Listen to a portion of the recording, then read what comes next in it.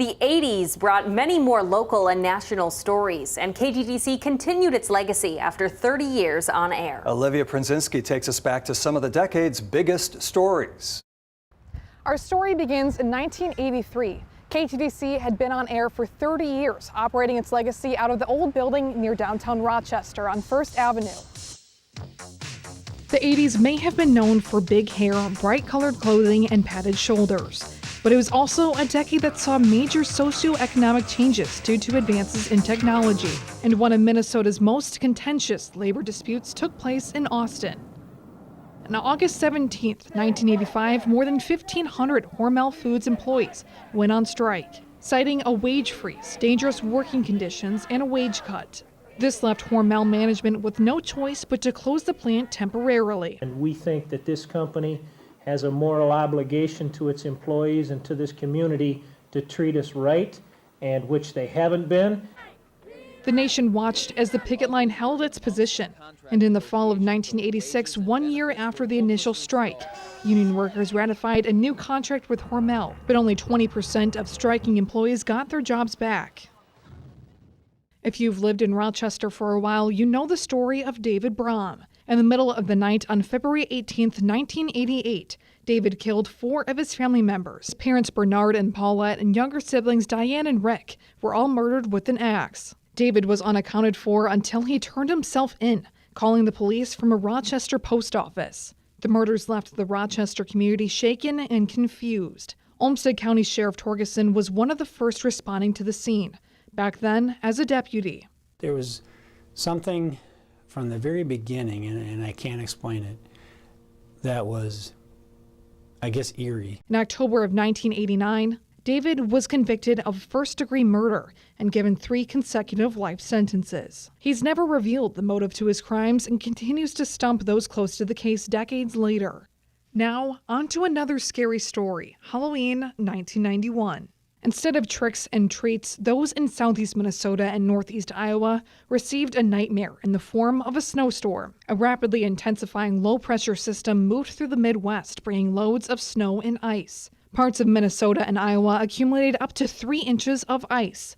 The storm left more than 20,000 residents without power. The general manager got a hold of Daryl, and they had their chopper over here, and he went out and they filmed it. And they flew a lot of these main feeder lines through the project, and he brought the tape, the video back to us. That's when we became overwhelmed.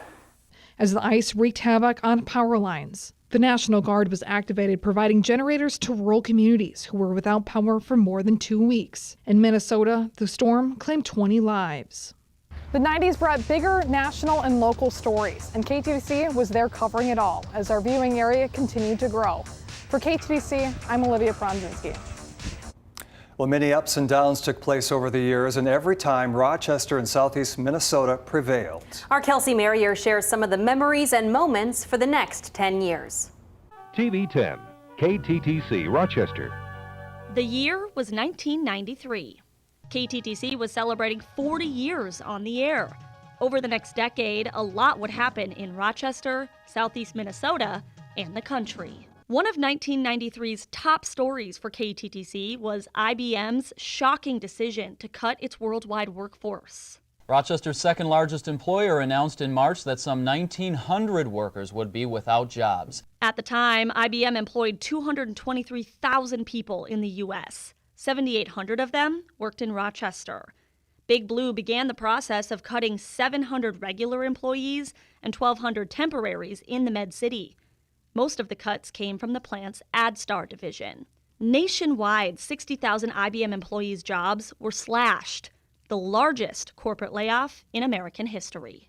Fast forward to 1997. The Med City was continuing to grow, which created a need for a third public high school. And so, Century was born. Is it as good as you thought it would be? Well, I think it's as good and a little bit better than I thought it would be. I think it's a very nice, functional building. KTTC was there when construction on the school finished and opened that fall.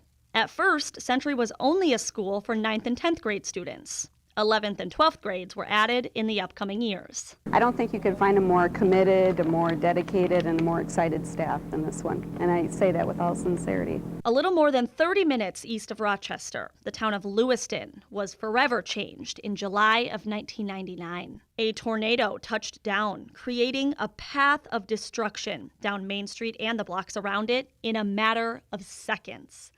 35 homes were damaged, 5 were destroyed. Thankfully, only a few minor injuries. KTTC was one of the first teams at the scene. It could be days before all of the debris is cleared from this area, but for some storm victims, it could be months before they're allowed to return to their homes. The twister changed the look of the town forever. Rebuilding lasted nearly a year.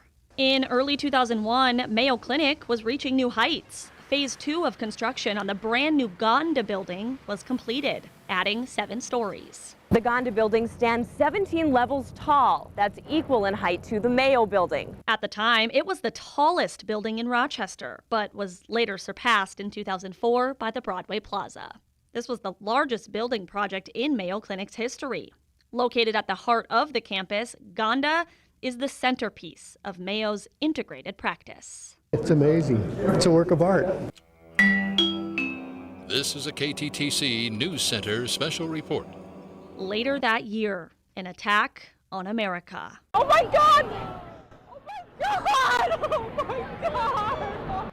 4 coordinated suicide terrorist attacks had Americans in shock, eyes glued to TV screens, watching the tragedy unfold. Daily life stopped in its tracks. Disgusting that there are people in this world that would go to these ends to do something like this. God bless America. One location heavily watched after 9/11 was Mayo Clinic, as it is on the national list of sites targeted by terrorists. The world as we knew it altered forever from that day. 2002 marked another large milestone for KTTC. Well, as I'm sure you have noticed by now, we have a whole brand new look here at the News Center. But it's not just a new look, it's a whole new location for us. After being housed in downtown Rochester for 36 years, the station packed up and moved to Bandel Road Northwest. The growth and success of the company made this possible, and the future of television made it necessary as we continued to build into the 21st century. Reporting for KTTC, I'm Kelsey Merrier. Stepping into the first decade of the 21st century, our communities were hit with some challenges.